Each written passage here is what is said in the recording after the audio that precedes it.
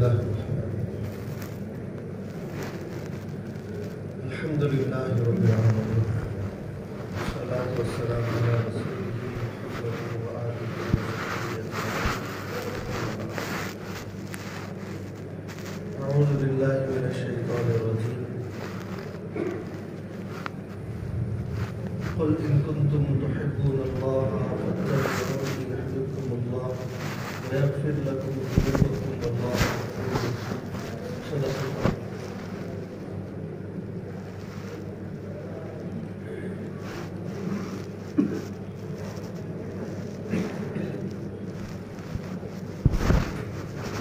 اللہ کے نبی مصطفیٰ صلی اللہ علیہ وسلم اپنے زمانے کو دیکھ کر ایک بات فرمائی، نعمتان مغبون فیہما کثیر من الناس الصحت والفراغ. اللہ تعالیٰ نے انسانوں کو دو نعمتیں دی ہیں، لیکن انسان ان نعمتوں کو معمولی سمجھتا ہے.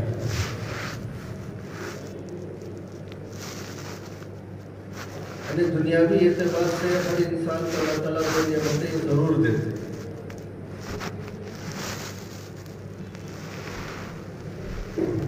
فرمایا ایک نعمت تو صحت ہے،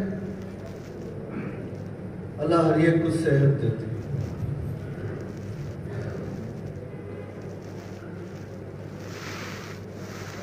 عمر کے اعتبار سے وہ بڑی عمر میں جا کر بیماریاں آتی ہیں، یعنی تو اپنی لاپرواہی سے بیماریاں آ جاتی ہیں، ورنہ تو اللہ تعالیٰ ہر ایک کو صحت دیتے.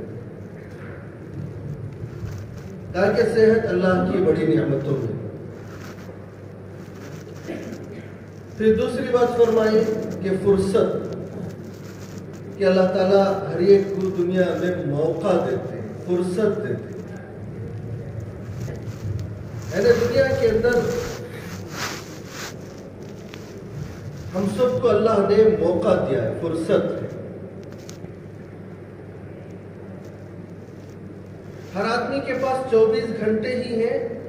ایسا نہیں ہے کہ کسی کے پاس 20 گھنٹے ہیں، کسی کے پاس 15 ہیں. کوئی کام زیادہ کرتا ہے تو اس کے پاس 30 گھنٹے ہیں، ایسا نہیں ہے. ہر ایک آدمی کے پاس 24 گھنٹے ہی.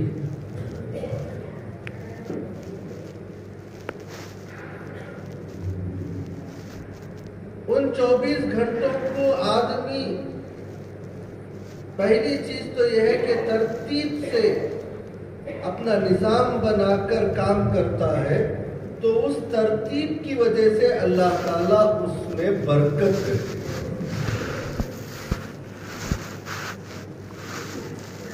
آج ہر ایک آدمی جو کہتا ہے کہ وقت نہیں ہے، وقت نہیں ہے نہیں، بلکہ بے ترتیبی ہے. ہم نے زندگی کو ایک نظام سے نہیں چلایا ہے، اسے بے ترتیب بنا دیا ہے، جس کی وجہ سے ہم کہتے ہیں کہ فرصت نہیں.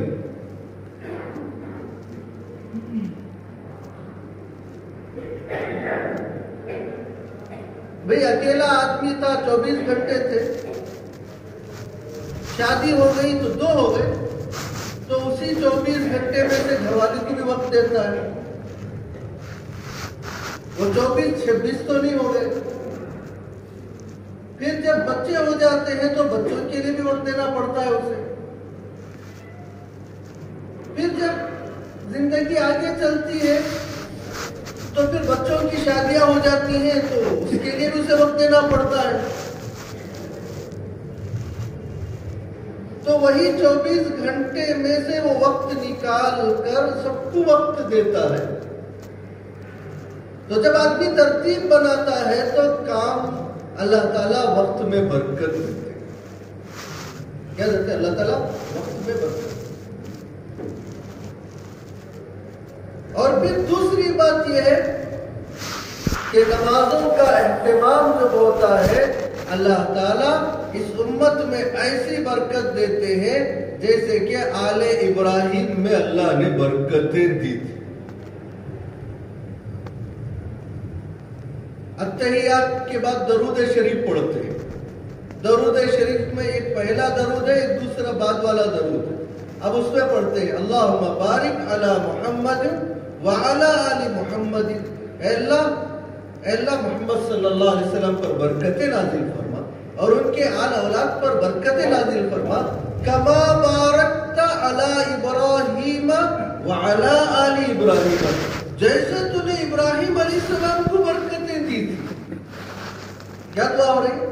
اور جیسے ان کی آل اولاد میں جیسی برکتیں تھیں، ایسی برکت کی دعا ہو رہی ہے. ایسی برکت کی کیا ہو رہی ہے؟ دعا. لیکن کن کو برکتیں ملیں گی؟ جو لوگ نمازوں کے اوقات کو معلوم کرنے کا اہتمام کرتے ہیں اور نمازوں کا اہتمام کرتے ہیں، اللہ تعالیٰ ان کی زندگیوں میں برکتیں دیتے ہیں. دوستو، ایک دوسری چیز ہمارے پاس آج اس وقت جو ہے وہ جو فرصت نہیں ہے، وہ ایک بے برکتی بھی اس کی وجہ ہے. برکت ختم ہو. پرانے لوگوں کی زندگیاں اگر اٹھا کر دیکھیں گے، ان لوگوں نے کتنا کام کیا. کہا کہ 60-70 سال کی زندگی ہے. 60-70 سال کی زندگی. امام مسلم کی عمر تقریباً 54-55 سال تھی. مسلم شریف لکھتی، آج تک دنیا میں پڑھائی جاتی ہے. پورے ہندوستان کے اندر جو حدیث جو آیا ہے وہ شاہ ولی اللہ محدث دہلوی رحمت اللہ علیہ کے واسطے سے آیا. شاہ ولی اللہ محدث دہلوی رحمت اللہ علیہ. اب یہ باہر گئے، کہاں گئے پتہ نہیں، جا کر علوم حدیث سیکھا، اور جتنے بھی یہاں حدیث پڑھائے جاتے ہیں تو ساری سندیں حضرت سے جا کر مل کر پھر باہر جاتی ہیں. بہت کم سندیں جو حضرت کو لگ کر نہیں جاتی، ورنہ ہر ایک کی اس لائن میں، مطلب کہ ہم نے جس سے پڑھا، میرے استاد نے جن سے پڑھا، اب اس لائن میں حضرت شاہ ولی اللہ محدث دہلوی رحمت اللہ علیہ ضرور آتے. کتنی عمر تھی؟ تو کہا کہ 50 سے کچھ آگے تھی. 50 پر 2 50 پر تھی. 52-53 سال کی عمر.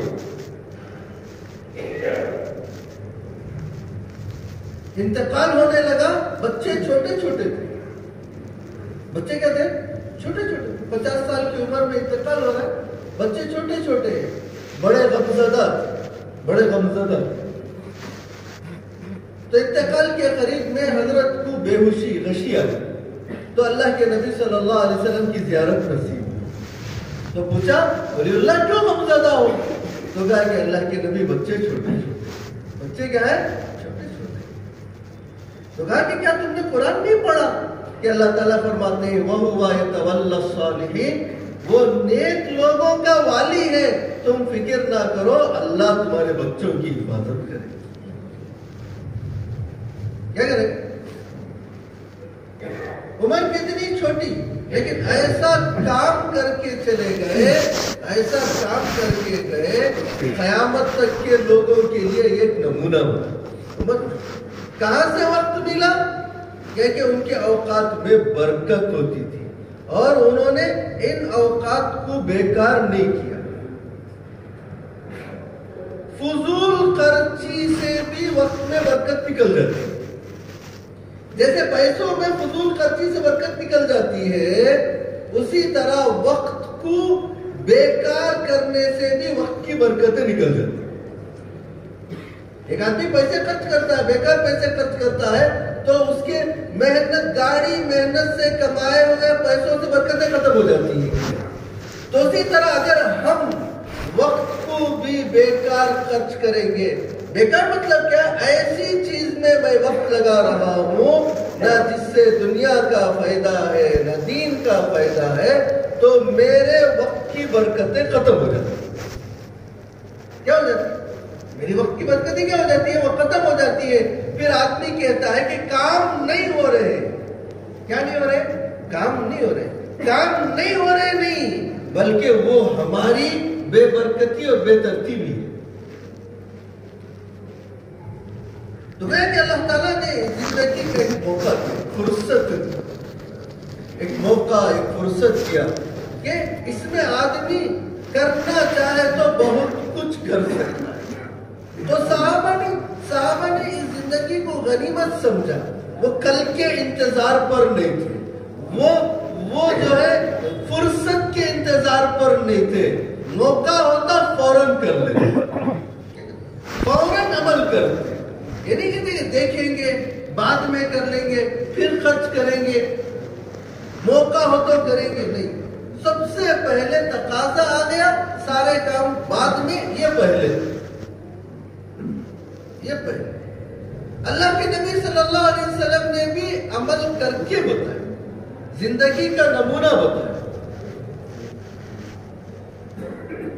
کسی نے حضرت عائشہ صدیقہ رضی اللہ عنہ سے پوچھا کہ اللہ کے نبی صلی اللہ علیہ وسلم گھر میں کیا کرتے تھے، گھر میں کیا کرتے تھے؟ حضرت عائشہ رضی اللہ تعالیٰ عنہ نے فرمایا کان فی محنت اہلہ، کہ اللہ کے نبی صلی اللہ علیہ وسلم گھر میں گھر والوں کا ساتھ دیتے تھے۔ گھر والوں کا کیا کرتے تھے؟ ساتھ دیتے تھے۔ کون؟ سرکار کائنات، تاجدار مدینہ، محمد عربی، حضرت محمد مصطفیٰ صلی اللہ علیہ وسلم کیا کر رہے ہیں؟ گھر والوں کا ساتھ دے رہے ہیں۔ بعض لوگ ساتھ دیتے ہیں لیکن بعض لوگوں کو گھر والوں کا ساتھ دینے میں شرم آتی ہے، کہتے ہیں کہ میں اس کام کے لیے نہیں ہوں، ہر کام میں ساتھ دیتے تھے گھر والوں کو۔ لیکن آگے حضرت عائشہ رضی اللہ تعالیٰ عنہ فرماتی ہے اذان ہو جاتی تو اللہ کے نبی صلی اللہ علیہ وسلم اجنبی بن جاتے، اذان ہو جاتی تو اجنبی بن جاتے، یوں ہو جاتے گویا کہ ہمیں پہچانتے ہی نہیں۔ کیا ہو جاتے؟ پہچانتے نہیں، کہتے کہ اب تمہارا حق نہیں ہے، اب خالق اور مالک کا حق ہے۔ وقت کا استعمال کا طریقہ بتلایا، کا حقوق ادا کرنے کا طریقہ بتلایا کہ یہاں بھی ساتھ دینا ہے، لیکن جب اللہ کا حق آ جائے لا طاعت لمخلوق فی معصیت الخالق۔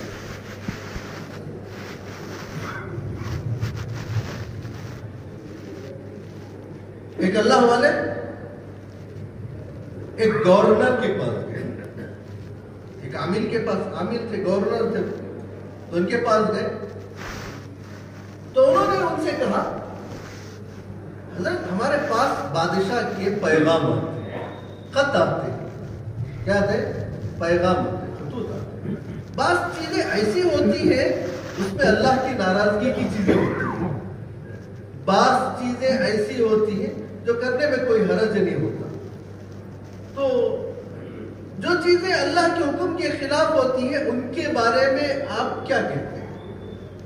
اگر میں پورا کروں تو کوئی بات نہیں ہوتی، کہ مجھے ڈر اس بات کا ہوتا ہے کہ اللہ کی ناراضگی مجھ پر نازل ہوگی، اگر پورا نہ کروں تو میری جان کا خطرہ ہے، کیونکہ بادشاہ کا پیغام ہے۔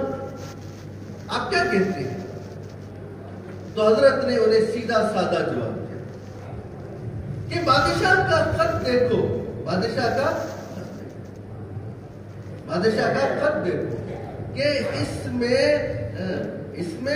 میں اللہ کے حکم کے خلاف ہے یا موافق ہے؟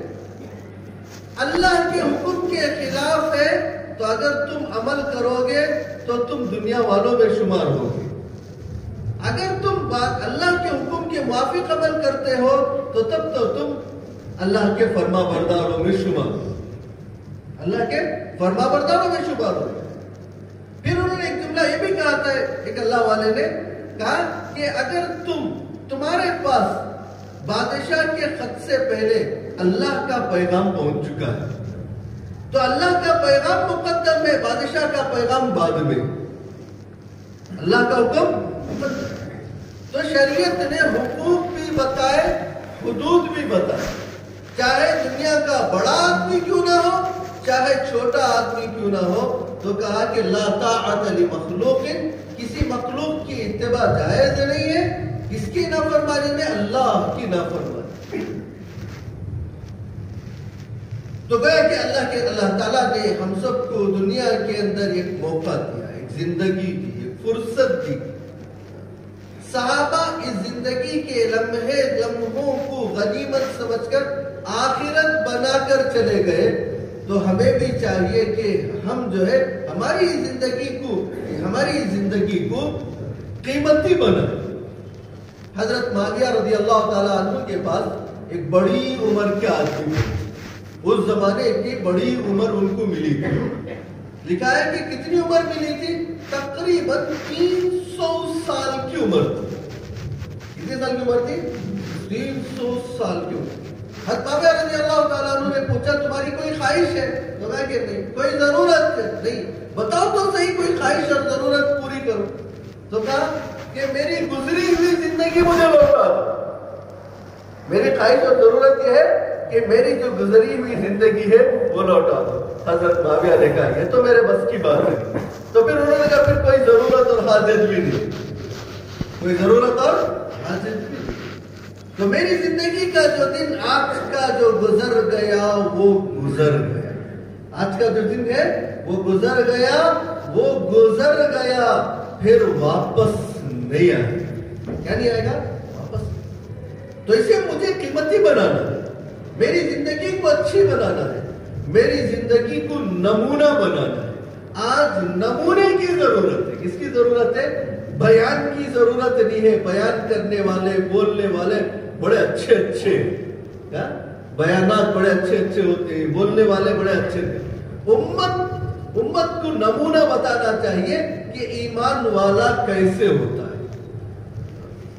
حضرت مولانا ابراہیم صاحب دامت برکاتہم نے 3 باتیں فرمائی۔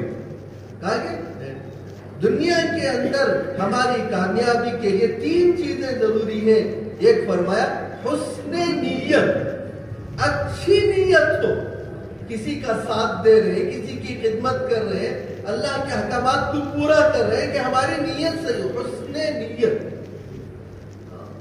اچھی نیت، نیت کے اندر دکھاوا نہ ہو، نیت کے اندر دکھاوا نہ ہو۔ اللہ کے نبی صلی اللہ علیہ وسلم نے فرمایا من صلی یرائی فقد اشرک، من صام یرائی فقد اشرک، من تصدق یرائی فقد اشرک۔ جس نے نماز دکھاوے کے لیے پڑھی اس نے شرک کیا، جس نے روزہ دکھاوے کے لیے رکھا اس نے شرک کیا، جس نے صدقہ خیرات دکھاوے کے لیے کیا اس نے شرک کیا۔ اللہ کہتے ہیں انا اغنی الشرکاء، میں بے نیاز پارٹنر ہوں، میں بے نیاز پارٹنر ہوں۔ بے نیاز پارٹنر کیا ہے؟ یہ فرمایا جیسے کہ دنیا کے اندر کسی کا کاروبار چلتا ہے، 2 پارٹنر ہوتے ہیں، نفع میں ان کا جو ہے طے ہوتا ہے 50-50 60-40، دونوں پارٹنروں میں حصہ طے ہوتا ہے، دونوں پارٹنروں میں حصہ طے ہوتا ہے کہ تو 50 مجھے 50، تجھے 50% مجھے 50%۔ اللہ کہتے ہیں کہ میں بے نیاز پارٹنر ہوں۔ اس دنیا کے اندر کوئی آدمی کسی کو دکھاوے کے لیے نماز پڑھتا ہے تو میں کہتا ہوں کہ میرا نفع بھی اسی کو دے دے اور اپنا بدلہ اسی سے لے لے۔ کیا لے لے؟ یہ نماز میری نہیں ہوئی، اب چلے پورا وہاں وہیں سے لے لے۔ انا اغنی الشرکاء، مجھے ایسی نماز نہیں چاہیے، پارٹنرشپ کی نماز نہیں چاہیے، وہی نماز چاہیے جو کامل میرے لیے، وہی روزہ چاہیے جو کامل میرے لیے ہو، وہی صدقہ چاہیے جو کامل میرے لیے ہو۔ کس کے لیے ہو؟ میرے لیے ہو۔ تو اس لیے حضرت نے فرمایا حسن نیت، اچھی نیت ہو اللہ کے لیے۔ اب شیطان کبھی یوں بھی کرتا ہے، بعض مرتبہ صدقہ دینے کا آدمی نے ارادہ کیا، لوگ دیکھ رہے ہیں اس لیے جیب میں رکھ کر چلا گیا، کہا کہ یہ بھی غلط، لوگ دیکھ رہے ہیں اس لیے عمل سے نہیں رکنا۔ بھائی وہ دیکھ رہے ہیں تو دیکھنے میں ان کی نظر پڑ گئی، اس میں کوئی حرج نہیں ہے، لیکن دکھاوے کے لیے دینا یہ غلط ہے۔ دکھاوے کے لیے 2 رکعت پڑھنے کا ارادہ کیا، کوئی آدمی دیکھ رہا تھا، وہ اب یہ دیکھ رہا ہے اس لیے بھائی میں پڑھوں تو اب یہ کہے گا کہ یہ بہت نمازی بن گیا، تو اس لیے جو نماز چھوڑ کر چلا گیا تو یہ غلط ہے۔ ٹھیک ہے، کوئی دیکھے تو اس کی بلا سے دیکھے، مجھے تو اللہ کے لیے عمل کرنا ہے، اس کے لیے کرنا ہے اللہ۔ تو اس لیے فرمایا حسن نیت، اچھی نیتوں کا اثر پڑتا ہے، دلوں کا اثر پڑتا ہے، اچھی نیتوں کا اثر پڑتا ہے۔ دوسرا فرمایا حسن عمل کو بنانا، عمل کو آدمی بنائے، عمل کو کیا کرے؟ آدمی بنائے۔ اور عمل میں سب سے اونچا عمل وہ نماز، کیا ہے؟ نماز۔ ہماری نمازیں بنے، ہمیں نمازوں کو بنانے کی ضرورت ہے۔ اللہ تعالی ہماری بے جان نمازوں پر بھی ہماری دعائیں قبول کرتے ہیں، ہماری حاجتیں اور ضرورتوں کو پوری فرماتے ہیں۔ وہ کریم کیا ہے؟ وہ کریم۔ حضرت شیخ الحدیث نے فضائل اعمال میں باتیں لکھی نہیں کہ جب آدمی نماز پڑھتا ہے تو کسی کو نماز کا پورا حصہ ملتا ہے، کسی کو 10واں، کسی کو 20واں، کسی کو آدھا، کسی کو پورا ملتا ہے اور کسی کو کچھ بھی نہیں ملتا۔ یعنی نماز اس قابل نہیں ہوتی کہ اس پر اسے کچھ ملے، بلکہ جو ہے پرانے کپڑے کی طرح سے لپیٹ کر اس کے منہ پر اس کی نماز مار دی جائے۔ یہ کیسی نماز پڑھی؟ نماز میں آدمی کہا کہ نماز میں آدمی اللہ سے بات کرتا ہے، یناجی ربہ، کس سے بات کر رہا ہے؟ اللہ سے بات کر رہا ہے۔ کوئی آدمی دنیا کے اندر ایک چھوٹے سے بڑے آدمی کے پاس چلے جاتا ہے، ایک ایم ایل اے کے پاس، ایک علاقے کا کاؤنسلر، ایک معمولی درجے کا آدمی اس کے پاس چلا جاتا ہے، اس سے کھڑ کر جب بات کرتا ہے تو بات کر کے آنے کے بعد اس سے پوچھو تم نے کیا کیا بات کی، اس نے کیا کیا کہا، وہ ساری باتیں بتائے گا۔ میں نے ان سے یہ پوچھا، انہوں نے مجھے یہ بتایا۔ مطلب وہاں بات کرنے میں اس سے غفلت نہیں ہوتی، وہ ساری باتیں سوچ سمجھ کر بولتا ہے اور سوچ سمجھ کر پورے دھیان سے سنتا بھی۔ ایک دن کے بعد نہیں، 2 دن کے بعد پوچھا آپ کاؤنسلر صاحب کے پاس؟ جی گیا تھا، ان سے میں نے یہ تقاضا رکھا اور انہوں نے یہ وعدے مجھ سے کیے۔ اسے یاد ہوتا ہے۔ ایک تو جماعت کی نماز میں ہمارا حال یہ ہوتا ہے، سب کا لیے کچھ نیک لوگ ہوتے ہیں جن کو دھیان ہوتا ہے، لیکن ایک بڑا مجمع ایسا ہوتا ہے کہ مغرب کی نماز میں کون سی صورتیں پڑھی گئی وہ ہمارے ذہنوں میں بھی نہیں ہوتا۔ کیا نہیں ہوتا؟ آدمی نماز میں اللہ سے قریب ہوتا ہے، بات کر رہا ہے، اور سجدے میں سب سے زیادہ قریب ہوتا ہے۔ سجدے میں تو وہ گویا کہ اللہ سے بالکل قریب ہے، بالکل قریب ہے۔ تو یہ فرمایا اتنا قریب ہے لیکن پھر بھی ہمیں سجدے میں اللہ یاد نہیں آ رہا ہے، تو اب بتاؤ بازار میں کہاں یاد آئے؟ اللہ نے صحابہ کی تعریف فرمائی، صحابہ کے بارے میں فرمایا رجال لا تلہیہم تجارت ولا بیع، یہ ایسے لوگ ہیں ان کی تجارتیں، ان کے کاروبار ان کو اللہ کے ذکر سے غافل نہیں کرتی۔ وہ بازار میں بیٹھ کر بھی اللہ کو بھولے نہیں تھے، ہم مسجد میں کھڑ کے بھی ہمیں اللہ یاد نہیں کرتے۔ ہمارا حال ایسا ہو۔ تو حسن عمل اس محنت سے یہ چاہا جاتا ہے کہ ہمارے عمل جاندار بنے، ہمارے عمل کیا بنے؟ جاندار بنے۔ احسان کہتے ہیں کہ انت عبد اللہ کأنک تراہ فإن لم تکن تراہ فإنہ یراک۔ ایسے نماز پڑھو، ایسی عبادت کرو گویا کہ تم اللہ کو دیکھ رہے ہو۔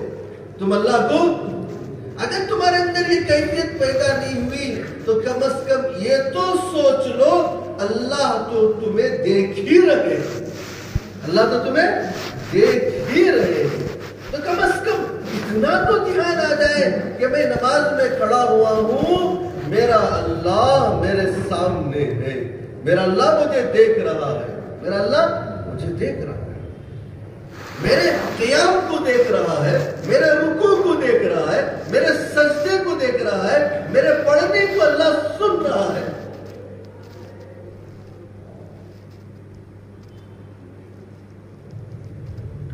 تو حسن عمل ایک صحابی اللہ کے نبی صلی اللہ علیہ وسلم کے پاس آئے اور اللہ کے نبی صلی اللہ علیہ وسلم سے کہا اللہ کے نبی مجھے نصیحت کیجیے، مجھے اذنی، کہا کہ مجھے نصیحت کیجیے، اور پھر کہا اللہ کے نبی بڑی نصیحت نہ ہو، چھوٹی ہو۔ صحابہ صاف دل کے ہوتے تھے، صاف صاف بات کہہ دیتے تھے، اللہ کے نبی بڑی نصیحت نہ ہو، میں دیہاتی آدمی ہوں، وہ چھوٹی نصیحت کرو جا کے میں اس پر عمل کروں۔ تو اللہ کے نبی صلی اللہ علیہ وسلم نے ان کو 3 باتیں فرمائی۔ کتنی باتیں فرمائی؟ 3 باتیں۔ صلی صلاۃ مبدع ولا تکلم بکلام تعتذر منه غدا واجمع الایاس فی مائد الناس۔ ایک پہلی نصیحت فرمائی، یہ فرمایا کہ نماز کے لیے جب جاؤ تو یہ سوچو کہ یہ زندگی کی آخری نماز ہے، اگلی نماز میں زندہ رہوں گا کہ نہیں مجھے معلوم۔ یہ ایک طریقہ ہے حسن عمل کے لیے، اللہ ہم سب کو نصیب فرمائے۔ جب آدمی کو معلوم ہو جائے کہ میں عشاء میں نہیں رہوں گا تو مغرب کیسے پڑھے گا؟ اب عشاء پڑھنے والے کو معلوم ہو جائے کہ فجر میں زندہ نہیں ہوں، فجر میں کیا نہیں ہوں؟ میں زندہ نہیں ہوں، تو پھر عشاء کیسی ہوگی اس کی؟ دھیان کے ساتھ ہوگی، توجہ کے ساتھ ہوگی۔ تو اللہ کے نبی نے کوئی دوسری بات نہیں فرمائی، حسن عمل میں فرمایا نماز، نماز کو بنایا۔ کسے بنایا؟ نماز۔ اللہ کے نبی صلی اللہ علیہ وسلم نماز کے اوپر جتنا صحابہ کو توجہ دلائی۔ ایک صحابی آئے، مسجد میں نماز پڑھی، کہا صلی فإنک لم تصلی، نماز پڑھو، تم نے تو تھوڑی نماز پڑھی۔ وہ پھر نماز پڑھی، کہا فصلی فإنک لم تصلی، ارے نماز پڑھو، تم نے تو تھوڑی نماز پڑھی، تمہاری تو نماز ہی کہاں؟ تیسری مرتبہ پھر پڑھ کر آئے، انہوں نے کہا اللہ کے نبی مجھے تو ایسی ہی آتی۔ کیا کہ صحابہ سیدھے ایسی آتی۔ پھر اللہ کے نبی صلی اللہ علیہ وسلم نے انہیں نماز سکھائی، تعدیل ارکان جلدی جلدی پڑھتے تھے، تو اللہ کے نبی صلی اللہ علیہ وسلم نے نماز پڑھنا سکھایا، نماز پڑھنا۔ اللہ کے نبی صلی اللہ علیہ وسلم کی سیرت میں، پوری سیرت میں اٹھا کر دیکھ لو، کہیں مارنے توڑنے کا، بچوں کو سزا دینے کا زیادہ تذکرہ نہیں ملا۔ حضرت کہتے ہیں کہ میں نے 10 سال خدمت کی، کبھی اللہ کے نبی صلی اللہ علیہ وسلم نے کبھی یہ نہیں کہا، پوچھا کہ یہ کیوں کیا، یہ کیوں نہیں کیا، کبھی پوچھا ہی نہیں یہ کیوں کیا۔ حالانکہ بچے سے ہو جاتی تھی، یہ نہیں پوچھتے انس تمہیں یہ کیوں کیا، کوئی کام دے کر ہوتے حضرت انس نہیں کرتے تو یہ نہیں پوچھتے یہ کیوں نہیں کیا، یعنی کیا کبھی نہیں۔ کتنے سال؟ 10 سال، 10 دن نہیں، 10 مہینے نہیں، کتنے سال؟ 10 سال۔ لیکن اللہ کے نبی صلی اللہ علیہ وسلم نے کہا کہ جب بچے 7 سال کے ہو جائے تو ان کو نماز کا حکم کرو۔ کیا جو 7 سال کے ہو جائے، 7 سال کے ہو جائے، وَضْرِبُوهُمْ عَلَيْهَا وَهُمْ أَبْنَاءُ 10 سنين، کہ جب وہ 10 سال کے ہو جائے اور نماز نہ پڑھے تو ان کو اب سزا دو۔ 10 سال کے بعد بچہ نماز نہ پڑھے تو فرمایا سزا دو۔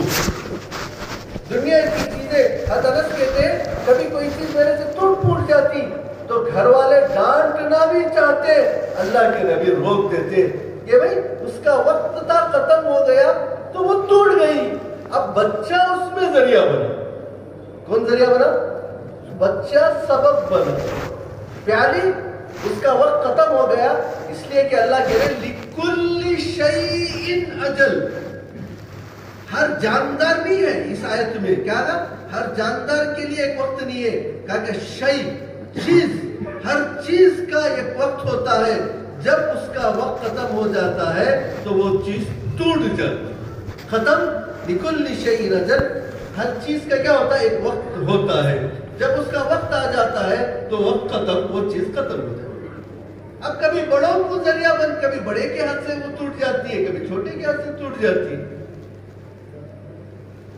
تو چیز ٹوٹنے پر نہیں ڈانٹتے تھے. یہ فرمایا کہ بچے 10 سال کے ہو جائیں اور نماز نہ پڑھیں تو ان کو سزا دو. کیا دو؟ سزا دو. وَضْرِبُوهُمْ عَلَيْهَا. پھر اللہ کے نبی صلی اللہ علیہ وسلم نے معاشرے کی طرف توجہ دلائی. معاشرہ، رہن سہن کہا وَفَرِّقُوا بَيْنَ مَضَاجِعِهِمْ. اب بچے بچیاں 10 سال کے ہو گئے ہیں، ان کے بستر الگ کر دو. کیا کر دو؟ یہ کب؟ 1400 سال پہلے کی بات.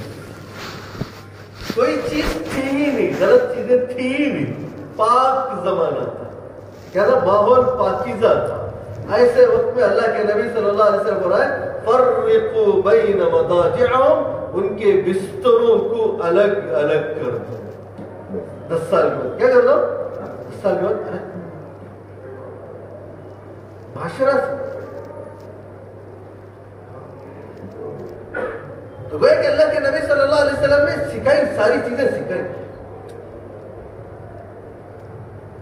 تو حضرت مولانا ابراہیم دولہ صاحب دامت برکاتہ نے وہ بات سکھائی تھی کہ دوسری حسن عمل. کیا کریں؟ حسن عمل. عمل اچھا. کیا عمل؟ ایک تو ہماری بھی نمازیں بنے، ایک تو بچوں کی بھی نمازیں بنے، ایک تو ہمارے معاشرے کی بھی نمازیں بنے. حضرت علی رضی اللہ عنہ اللہ کے نبی کے پاس آئے، خادم آئے تھے، پوچھا کہ خادم چاہیے. کہا کہ یہ 2 ہیں، اس میں سے جو چاہے لے لو. انہوں نے کہا اللہ کے نبی آپ بھی پسند کر دیں. تو اللہ کے نبی نے کہا اس کو لے لو. کیا لے لو؟ اس کو لے لو. اور پھر فرمایا، کہا کہ یہ نمازی ہے، اسے مارنا نہیں. کیا کہا؟ یہ نمازی ہے، اسے مارنا نہیں. ہمیں نمازیوں کے مارنے سے منع کیا گیا ہے. کیا گیا؟ نمازیوں کے مارنے سے.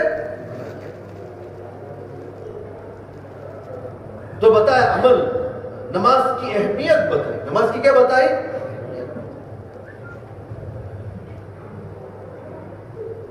ہمارے علماء نے اور بڑے لوگوں نے ایک چیز بتائی ہے کہ تربیت میں بچوں کے اندر 3 چیزیں اس وقت، کہا کہ ہر زمانے میں چاہے لڑکا ہو چاہے لڑکی ہو، 3 چیزیں ہمارے بچوں کے اندر ہونی چاہیے.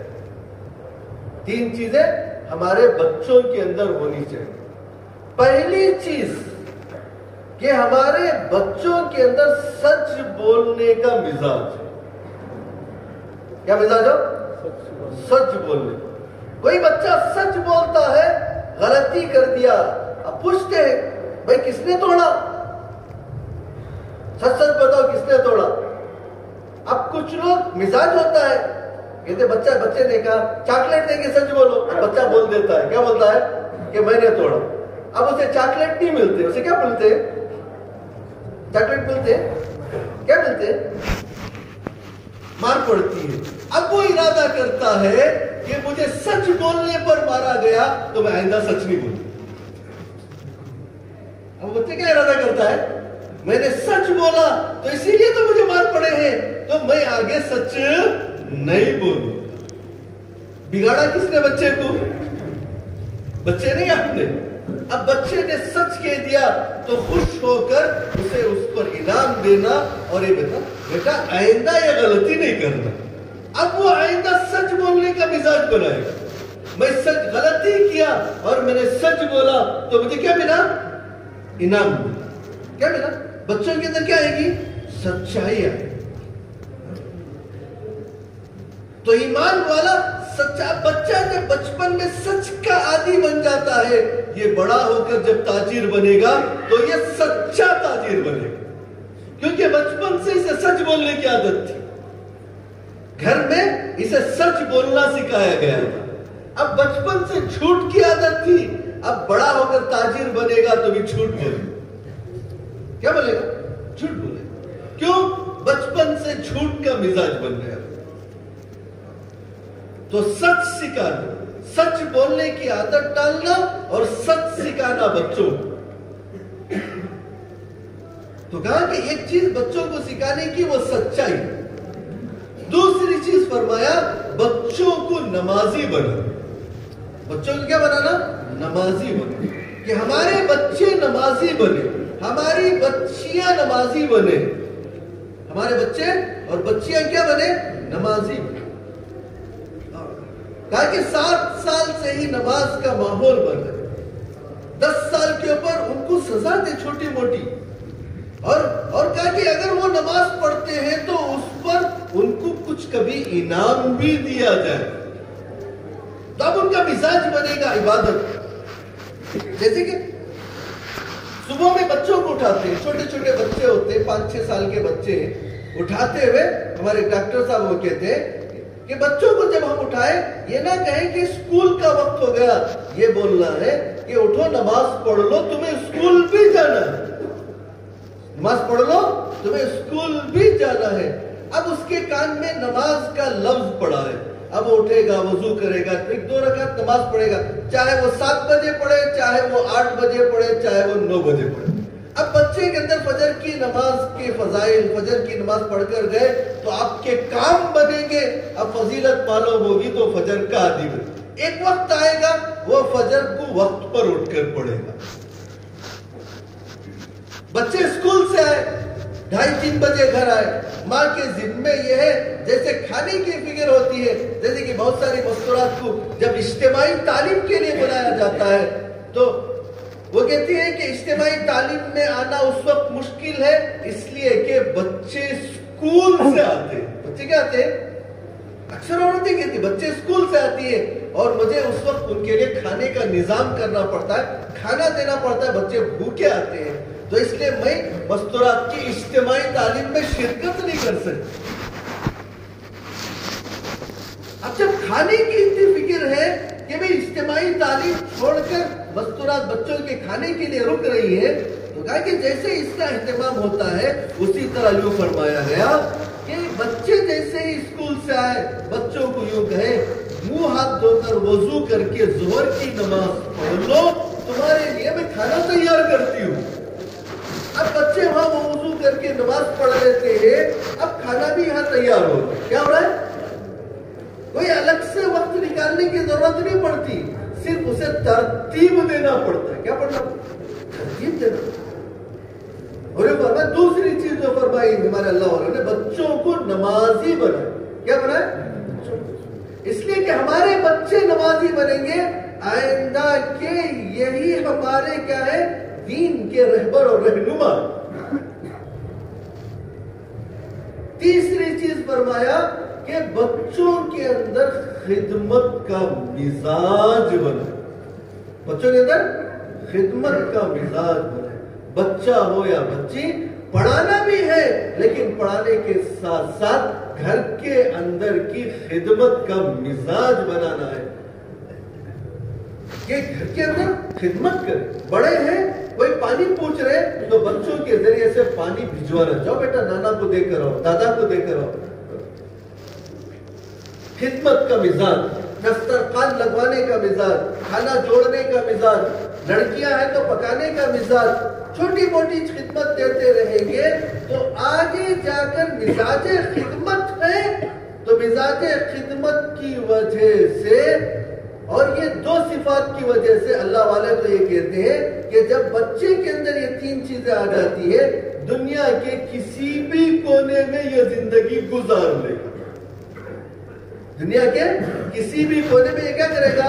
اپنی زندگی گزار لے گا. نماز کی وجہ سے اس کی زندگی میں برکتیں ہوگی، سچائی کی وجہ سے کبھی کچھ حالات آئیں گے لیکن اللہ مقبولیت دیں گے کہ یہ سچا آدمی ہے، اور پھر خدمت کی وجہ سے اسے دوسروں کا محتاج بننا نہیں پڑے گا، یہ اپنی خدمت خود کر لے گا. کیا کر لے گا؟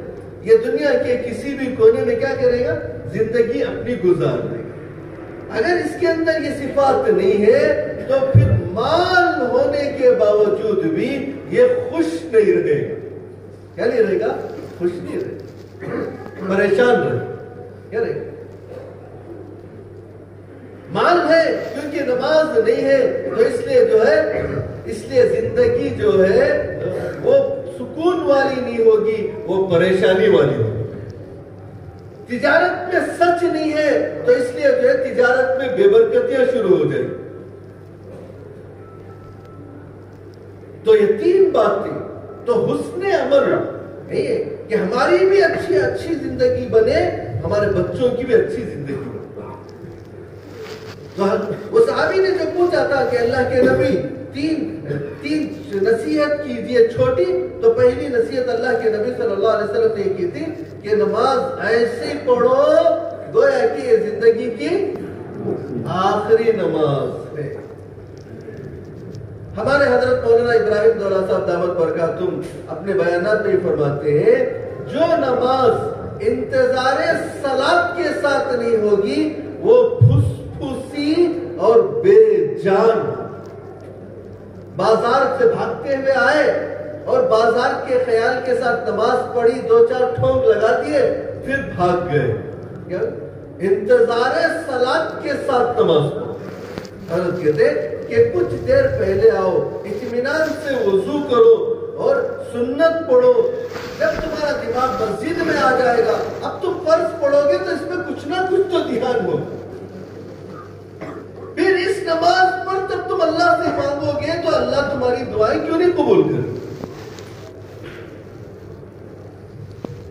تو حسن عمل کو بنا، کیا کریں؟ عمل کہ ہمیں کبھی دیکھنا چاہیے کہ میرا عمل، میری کوئی 2 رکعت ایسی ہے جس کے اندر مجھے دنیا کا خیال نہیں آیا۔ کیا نہیں آیا؟ جس کے اندر دنیا کا کبھی کوئی خیال نہیں آیا، پوری طرح میں اللہ کی طرف متوجہ رہا۔ بہت کم ہم بتا سکتے ہیں پوری نمازیں ایسی ہونی چاہیے، لیکن میری زندگی میں کبھی 2 رکعت بھی کیا میں بتا سکتا ہوں کہ جس کے اندر مجھے کوئی باہر کا خیال نہیں آیا، صرف اللہ ہی اللہ یاد تھے؟ کہہ رہے اللہ ہی اللہ یاد تھے پوری نماز میں، ابتدا سے لے کر سلام پھیرنے تک۔ پھر بھی ہم کہتے ہیں کہ اللہ کی مدد نہیں ہے، میری بے جان نماز، میری بے جان نماز۔ اللہ تعالیٰ اس کے باوجود، جیسے حضرت شیخ الحدیث رحمۃ اللہ علیہ نے آج سے 60-70 سال پہلے بات لکھی ہے، آج سے 60-70 سال پہلے کی بات کیا لکھی ہے؟ اس وقت دنیا میں مسلمانوں کا باقی رہنا ہی اللہ کا سب سے بڑا انعام ہے۔ کیا کہا؟ صرف باقی رہنا ہی بڑا انعام ہے۔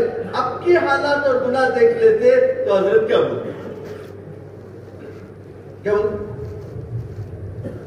علامہ اقبال نے وہ شعر پڑھا، ایک ہی الو کافی تھا برباد گلستان کرنے کو، ہر شاخ پہ الو بیٹھا ہے انجام گلستان کیا۔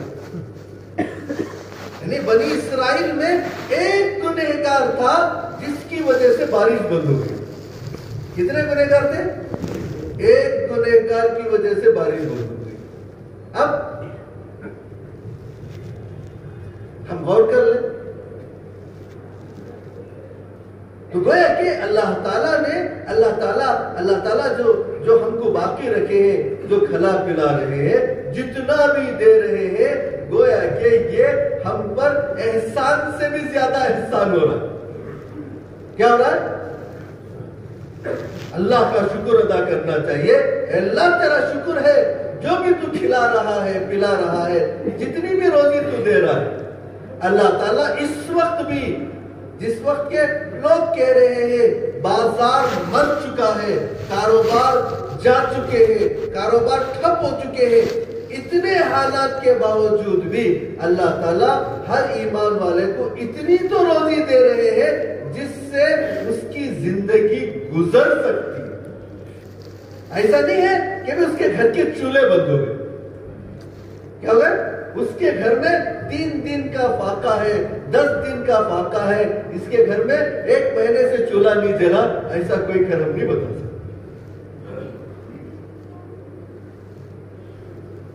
اللہ تعالیٰ اتنا تو دے رہے ہیں کہ جس سے ہماری ضرورتیں پوری ہو رہی ہے، بس آدمی کو اس کی خواہش پوری نہیں ہو رہی ہے تو کہہ رہا ہے کہ نئی کمائی نہیں ہے، کیونکہ میری خواہش پوری نہیں ہو رہی ہے۔ میں چاہتا ہوں کہ میرے بچیوں کا نکاح بڑے بڑے مکانات میں بڑی بڑی جگہوں میں ہو اور خوب خرچ ہو. وہ پورا نہیں ہو رہا ہے, وہ میرے جذبے پورے نہیں ہو رہے تو کہہ رہے ہیں کہ کمائی نہیں ہے. کیا نہیں ہے؟ سادگی کے مطابق میں نکاح کر سکتا ہوں, اتنی تو اللہ نے مجھے گنجائش دی ہے, اتنے تو پیسے ہیں میرے پاس. سادگی کے ساتھ مکان بن سکتا ہوں, اتنے تو آدمی کے پاس ہے. کیا ہے؟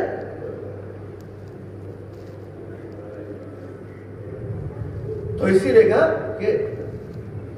کہ عمل آدمی اللہ تعالیٰ جو ہے ہماری بے جان نمازوں پر بھی ہماری حاجتیں اور ضرورتیں کیا کر رہے ہیں؟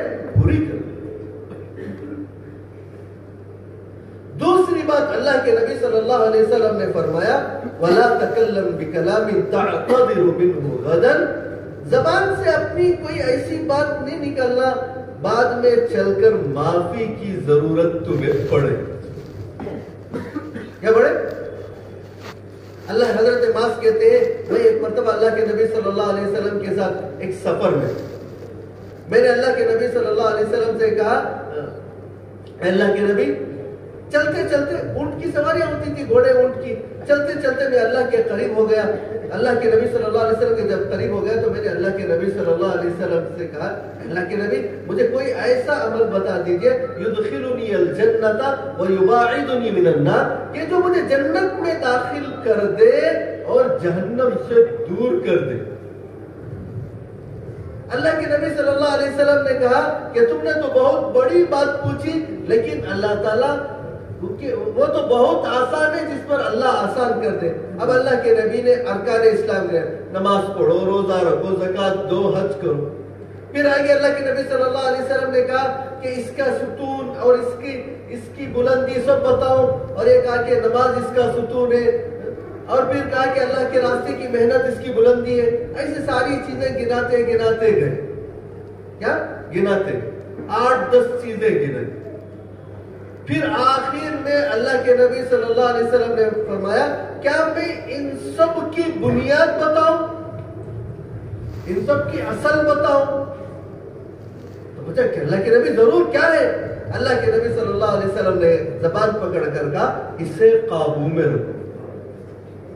معاذ پریشان ہو گئے, اللہ کے نبی کیا اس کی وجہ سے بھی ہم جہنم میں ڈال دیے جائیں گے؟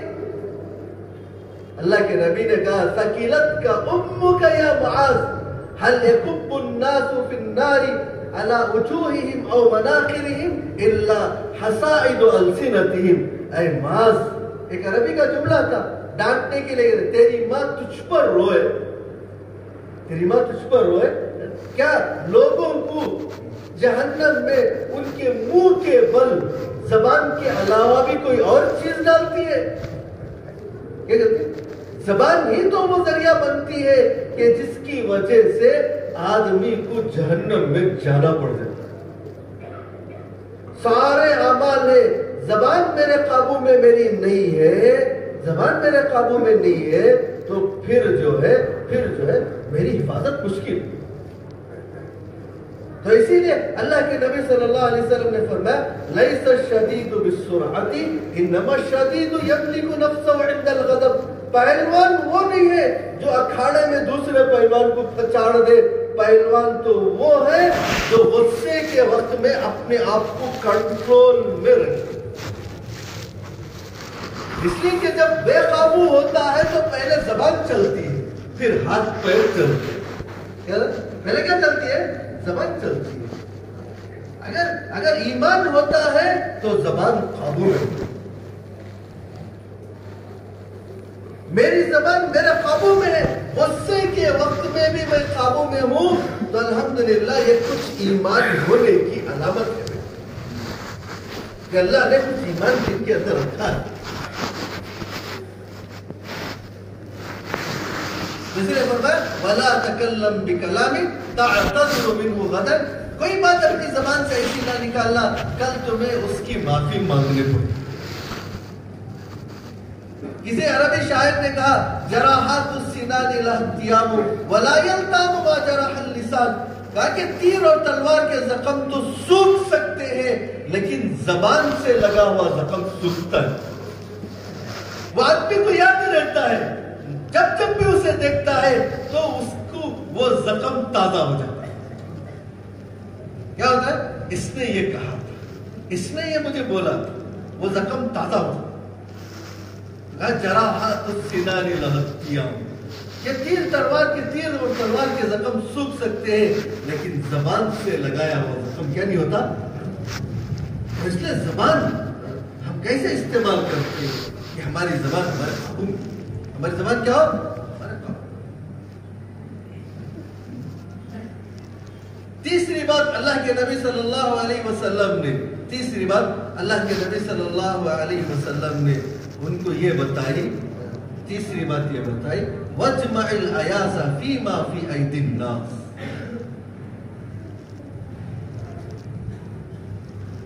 جو کچھ لوگوں کے پاس ہے اس سے نا امید ہو جاؤ. کیا ہو جاؤ؟ لوگوں کے مال سے نگاہ ہٹاؤ. لوگوں کے مال سے. ایک صحابی آئے, اللہ کے نبی سے پوچھا, اللہ کے نبی میں چاہتا ہوں اللہ بھی میرے سے محبت کرے, لوگ بھی میرے سے محبت کرے. تو اللہ کے نبی نے فرمایا جو اللہ کے پاس سے اسے امید لگا لو اور لوگوں کے مال سے نگاہ پھیر لو. کیا کرو؟ لوگوں کے مال سے نگاہ پھیر. اللہ کے خزانے پر امید لگاؤ گے, اللہ پر بھروسہ کرو گے, اللہ محبت کرنے لگے. اللہ کیا کریں گے؟ لوگوں کے مال سے نگاہ ہٹا لیں گے تو لوگ بھی محبت کرتے. اسی وقت نفرتیں آتی ہیں جب آدمی مانگتا ہے. کیا کرتا ہے؟ اللہ تعالیٰ سخی غنی ہے, خزانے بھرے ہوئے, دینا چاہتے ہیں. کیا کرتے ہیں؟ دینا چاہتے ہیں, ہمیں لینا نہیں ہے. ہم مانگتے ہیں, کیا نہیں کرتے, ہم مانگتے. وہ تو دینا چاہتے ہیں. اللہ کہتے ہیں ادعونی استجب لکم, مانگو دوں گا, تمہاری دعائیں قبول کروں گا, مانگو. اللہ کہتے ہیں مانگو, ادعونی استجب لکم. ومن اصدق من اللہ قیلا, بات ہمارے سے زیادہ سچی کس کی ہے؟ ومن اصدق من اللہ حدیثا, ہمارے سے سچا بات کرنے والا کون ہے؟ مانگو دوں گا, ادعونی استجب لکم. تہجد میں اعلان ہوتا ہے حل من سائل, ہے کوئی مانگنے والا, اعلان ہو رہا ہے. کب ہو رہا ہے؟ تہجد میں اعلان. حل من سائل, ہے کوئی مانگنے والا, ہے کوئی سوالی, ہے کوئی توبہ چاہنے والا, ہے.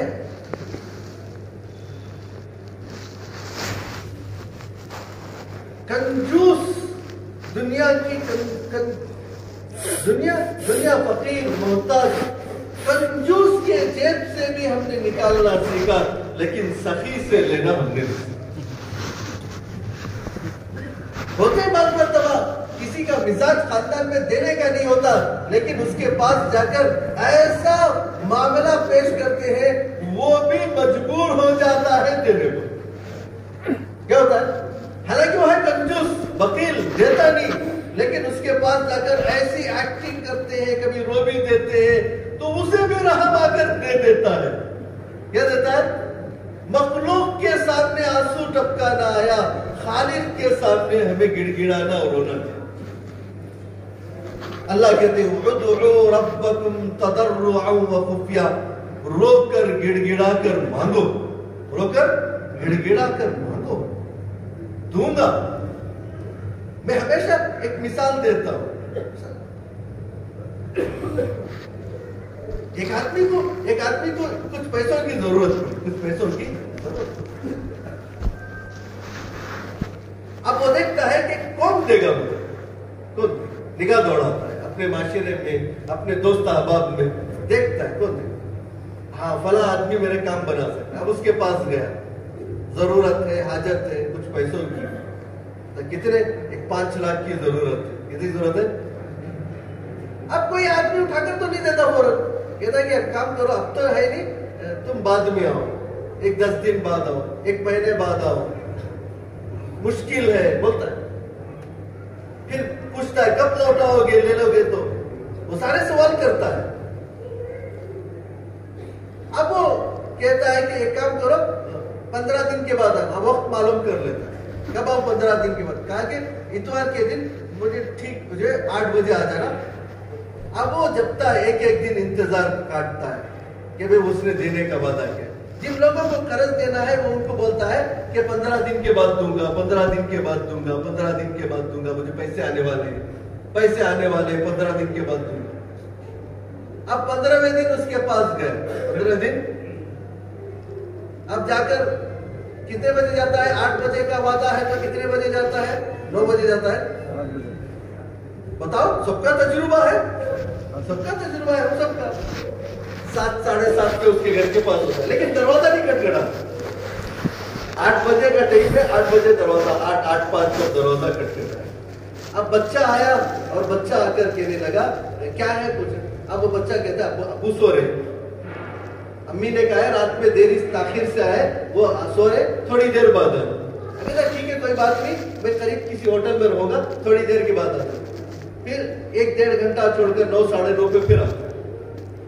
اب دروازہ کھٹکھٹا تو پھر بچہ کہتے اب وہ بھی ریڈی ہو رہے، تھوڑی دیر میں آئے. اب 10 بجے وہ باہر نکلا. اب نکل کر ہوتا ہے کبھی ارے تم سے 15 دن پہلے وعدہ کیا تھا، بھول ہی گیا. کیا اب یہ پوری امید پر آیا ہے، سب کے وعدے کیا ہے کہ آپ سب کو آج پیسے دے دوں گا. اب یہاں کیا ہو رہی ہے؟ اب کہہ رہے کہ نہیں میں بھول ہی گیا تمہارا وعدہ. حالانکہ 15 دن یاد رکھو، یہ 15 دن اس کے وعدے پر سب کو وعدے کرتا نہیں رہا. اور نماز میں کھڑا ہوا تو بھی اسی کا خیال، کھا رہا ہے تو بھی اسی کا خیال، اس کو پیسے دے گا، وہ پیسے دے گا، وہ پیسے دے گا، اس سے میرے کام بنیں گے، اس سے میرے کام بنیں گے. اب 15ویں دن جب گیا تو دیکھا کہ بھول ہی گیا. اب کہتا ہے ایک کام کرو، اب تو ہے نہیں، مجھے بینک سے بھی نکالنا ہے، اور اتوار ہے، کل آ جانا. کہتا ہے کوئی بات نہیں، ٹھیک ہے، کوئی بات نہیں. اب کل شام میں آنا وعدہ کیا تھا، پھر شام میں آیا. فون کیا تو پتا چلا ٹریفک میں پھنسا ہوا ہو، آج 1-1.5 گھنٹہ لگے. کوئی بات نہیں، آپ کے گھر کے پاس انتظار کروں گا. اب دوسرے دن شام میں گیا تو اب وہ اٹھا کر مانگے تو کتنے تھے بھائی؟ 5 لاکھ. اب اس نے 2 لاکھ روپے دے. دیکھو اب اس وقت اتنا ایڈجسٹ ہوا ہے، یہ رکھو پھر کبھی دیکھیں گے. ہوتا نہیں ہوتا ہے؟ کیوں بھائی؟ تجربہ ہے سب کا.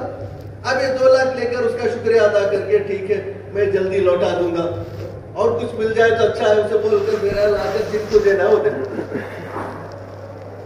میں نہیں کہتا کہ ہم میں سے کوئی نہیں ہے ایسا. بتاؤ ہم میں سے کون ہے جو اپنے خالق اور مالک کے سامنے کبھی 2 گھنٹے بیٹھ کر اپنی ضرورت کے لیے اللہ سے مانگا.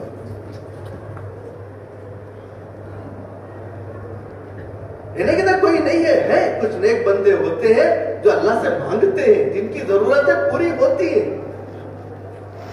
15 دن تک ایک تصور جو ذہن میں تھا کہ وہ دے گا، ایسا تصور مجھے اور آپ کو اللہ سے ہے کہ میرا اللہ دے گا. میں مان کر آیا ہوں میرا اللہ دے گا، میرا اللہ دے گا، میرا اللہ دے گا. انبیاء علیہ ہم چاہتے یوں ہے کہ یوں مانگا باہر گئے تو مل جائے. کیا مانگا باہر جاتے جیب پہ آ جانا چاہیے. کیا جانا چاہیے؟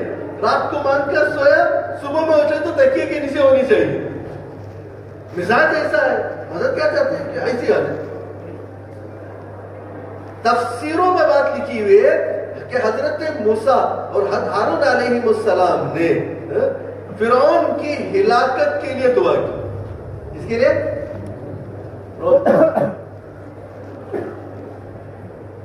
اللہ تعالیٰ نے کہا کہ جاؤ ہم نے تمہاری دونوں کی دعا قبول کر لی.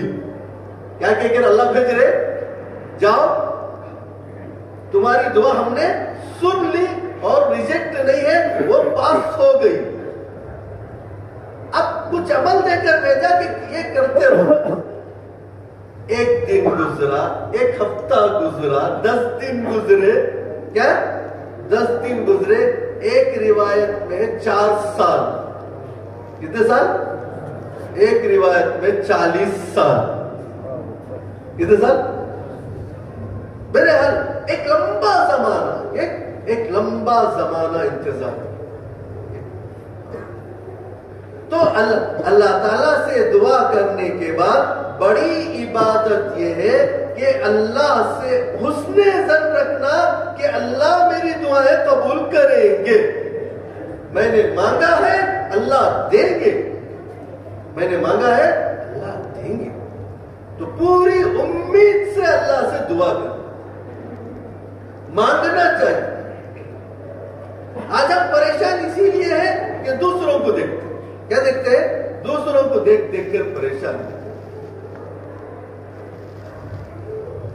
کہ دین کے اعتبار سے آدمی اپنے سے اوپر کو دیکھے، دنیا کے اعتبار سے آدمی اپنے سے نیچے کو دیکھے گا، اللہ تعالیٰ اسے صابر اور شاکرین میں شمار فرمائیں گے. کس میں شمار فرمائیں گے؟ صابرین اور شاکرین میں شمار فرمائیں. تو دین کے اعتبار سے اوپر دیکھنا چاہیے. فلاں سالانہ 4 مہینے لگاتے ہیں، میں نہیں لگاتا، مجھے بھی لگانا چاہیے. فلاں 5 وقت کی نماز جماعت سے پڑھتے ہیں، میں تو 1-2 وقت کی پڑھتا ہوں، 1-2 وقت کی کبھی گھر میں پڑھ لیتا ہوں.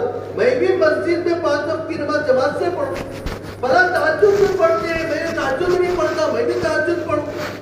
فلاں ساتھی دونوں گشت کرتے ہیں، میں صرف ایک گشت کرتا ہوں، میں دونوں گشت کروں. فلاں مسجد میں بھی تعلیم میں رہتے ہیں، گھر میں بھی تعلیم ہوتی ہے، میں بھی دونوں جگہ تعلیم میں رہوں. تو عمل کے اعتبار سے اوپر دیکھو، عمل کے اعتبار سے کیا دیکھنا؟ اوپر دیکھنا. اور دنیا کے اعتبار سے نیچے دیکھنا. دنیا کے اعتبار سے آدمی نیچے دیکھے گا تو اللہ تعالیٰ اسے صابر اور شاکر. تو آدمی کو جب اللہ سے یقین ہوگا تو پھر دعا کرے گا. کیا کرے گا؟ دعا لگ کر دعا کرے گا. ادعونی استجب لکم، مانگو دوں گا، مانگو. ہمارے ایک مولانا ہے، وہ کہتے ہیں کہ ایک آدمی آیا عشاء کے وقت میں، آیا عشاء کے، اور آ کر کہا کہ مولانا ایک آدمی کو میں نے بزنس کے لیے پیسے دیے تھے. وہ غلط آدمی تو نہیں تھا، اچھا ہی آدمی تھا، لیکن وہ کہاں ہے اس کو پتا نہیں، میں کہاں ہوں اس کو بھی پتا نہیں. دونوں کو دونوں کا علم نہیں ہے، اور میری پوری زندگی کا کیپٹل اسی کے پاس ہے. عشاء کی نماز مولانا کہہ رہے تھے، میں عشاء کی نماز کے لیے، نماز پڑھانے کے لیے آ رہا تھا، تو وہ آتے آتے یہ کہا. میں نے اس سے کہا چلتے چلتے تمہیں فوراً چاہیے یا دیری سے چاہیے؟ کیا سوال؟ کیا فوراً چاہیے؟ اب اس نے کہا مولانا فوراً ہی تو چاہیے. تو میں نے کہا فوراً چاہیے تو ایک کام کرو، عشاء کی نماز کے بعد میرے کمرے میں آتے. اتنا کہہ کر مولانا نے کہا، جب میں نے اسے عشاء کی نماز کے بعد آنے کے لیے کہا، اس کے ذہن میں یہی تھا کہ مولانا کے پاس کوئی جن ہے جو اسے اٹھا کر لے کر آئے گا. کیا ہے؟ مولانا کے پاس کیا ہے؟ جن ہے جو اسے کیا کرے گا، جہاں کہیں بھی ہو اٹھا کر لائے گا. اب وہ خوشی خوشی عشاء کے بعد میرے کمرے میں آیا، کہا کہ مولانا آ گئے. اچھا. اب اس کے تصور میں یہی تھا، کیا تھا؟ اب پیسے آ جائیں گے. اب میں نے کہا کہ دیکھو، اب جب تم گھر جاؤ تو اپنی ضرورت سے جب فارغ ہو جاؤ، کھانے پینے سے جب فارغ ہو جاؤ، تو کہا کہ وضو کر کے نماز کے لیے کھڑے ہو جاؤ. وضو کر کے نماز کے لیے کھڑے ہو جاؤ. اس وقت تک سونا نہیں جب تک کہ تمہیں یقین نہ آ جائے کہ میری دعا قبول ہو گئی. اس وقت تک سونا نہیں جب تک کہ کیا نہ آ جائے، تمہیں یقین نہ ہو جائے کہ میری دعا کیا ہو گئی ہے. اب وہ دعا بہرحال ہو گئی. اب مولانا کہتے ہیں کہ میں فجر کی نماز پڑھایا. فجر کی نماز کے بعد تھوڑی سی بات تھی. بات کے بعد دیکھا کہ ایک اجنبی آدمی بیٹھا ہوا. میں نے پوچھا کہ کہاں سے آئے، کیوں آئے؟ تو وہ بھی آیا کر کہا، اس نے کہا مولانا میرا ایک ساتھی ہے، مجھے معلوم ہوا کہ اس علاقے میں رہتا ہے، لیکن کہاں ہے مجھے پتا نہیں، فلاں نام کا صاحب۔ اب مولانا اس کا ہاتھ پکڑ کر سیدھے اس کے گھر گئے، وہ فجر کو نہیں آیا تھا۔ اب جیسے مولانا دروازہ کھٹکھٹایا، وہ تو ایک طرف کھڑا ہوا تھا، تو مولانا کو دیکھ کر یہ پریشان ہو گیا۔ اس نے آتے ہی کہا کہ مولانا آپ کے کہنے کے مطابق میں پوری رات نماز پڑھتا رہا، تقریباً 2:30-3 بج گئے، 3 بجے مجھے یقین ہو گیا کہ اب اللہ نے میری بات سن لی، تو اس کے بعد میں سویا۔ اس کے بعد تاخیر سے سویا، اس لیے مسجد آ نہیں سکا، میں نماز پڑھ کر آتا ہوں۔ مولانا نے کہا ٹھیک ہے نماز تو پڑھ کر آؤ، لیکن تھوڑا 1 منٹ کے لیے باہر آ جاؤ۔ باہر آیا، کہا کہ یہی وہ آدمی ہے۔ ارے مولانا یہی وہ آدمی ہے۔ کیا کہا؟ کبھی کبھی ایسی بھی یعنی ہمیں مانگنا نہیں آتا، ہم نے مانگنا نہیں۔ تو محنت کے ذریعے سے یہ چاہا جاتا ہے کہ ساری مخلوق سے نا امید اللہ سے امید ہو جائے۔ پوری دنیا ہمارے روزی کے دروازے کیوں نہ بند کر لے، اللہ سے میرا تعلق اچھا ہے، اللہ روزی دے۔ کیا کہتے؟ ہماری نسلوں کے دروازے بھی پوری دنیا بند کر لے، اگر ہماری نسل کا تعلق اللہ سے اچھا ہے، اللہ ان کو بھی کھلائے۔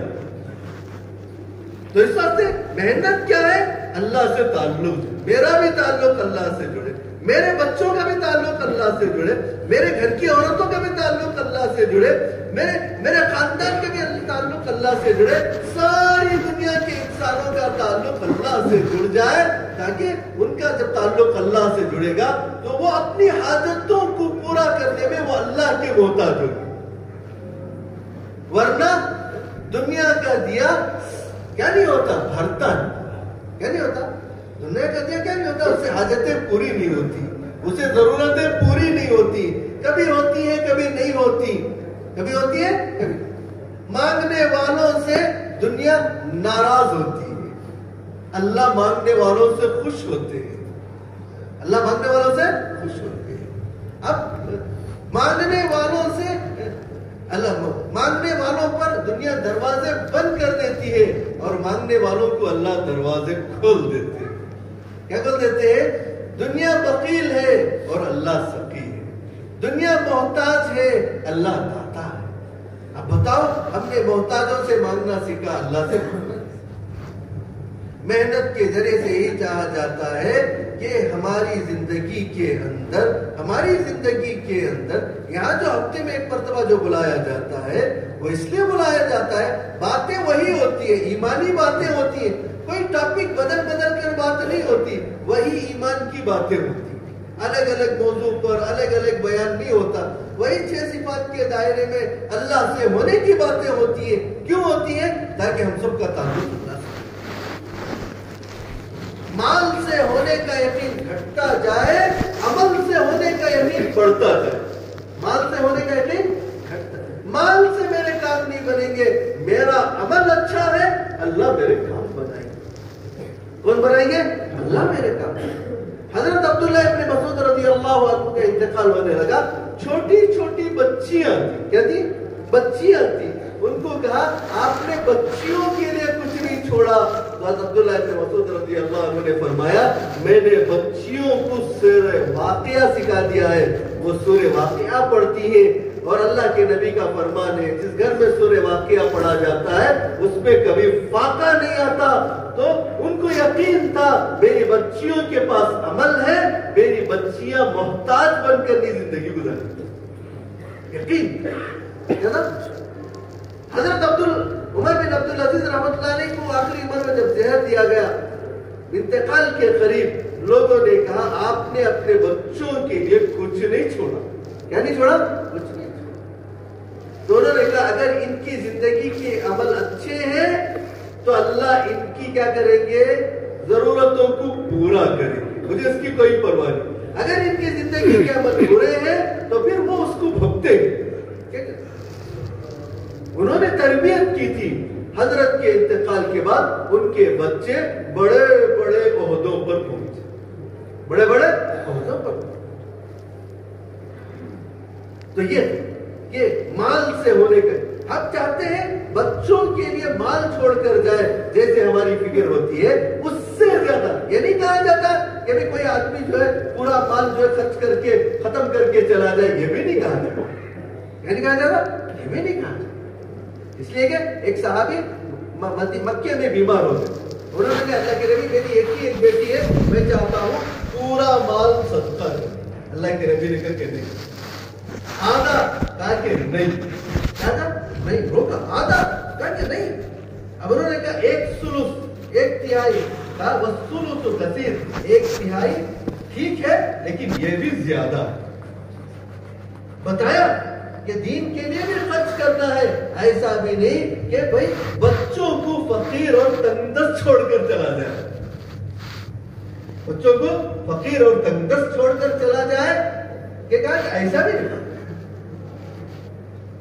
تو مال سے جیسے کہ صرف مال پر بھروسہ کہ میں بچوں کو مال چھوڑ کر جا رہا ہوں، یہ ان کی زندگی اچھی ہو جائے گی، یہ نہیں، بلکہ یہ ہونا چاہیے کہ میں ان کو دیندار بنا کر جا رہا ہوں تو میرے بچے یہ ان کی زندگی اچھی بنے گی۔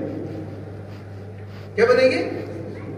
تو بچوں کو دیندار بنانے کے لیے گھر میں ماحول بھی بنے۔ کیا بنانا؟ گھر میں کیا بنانا؟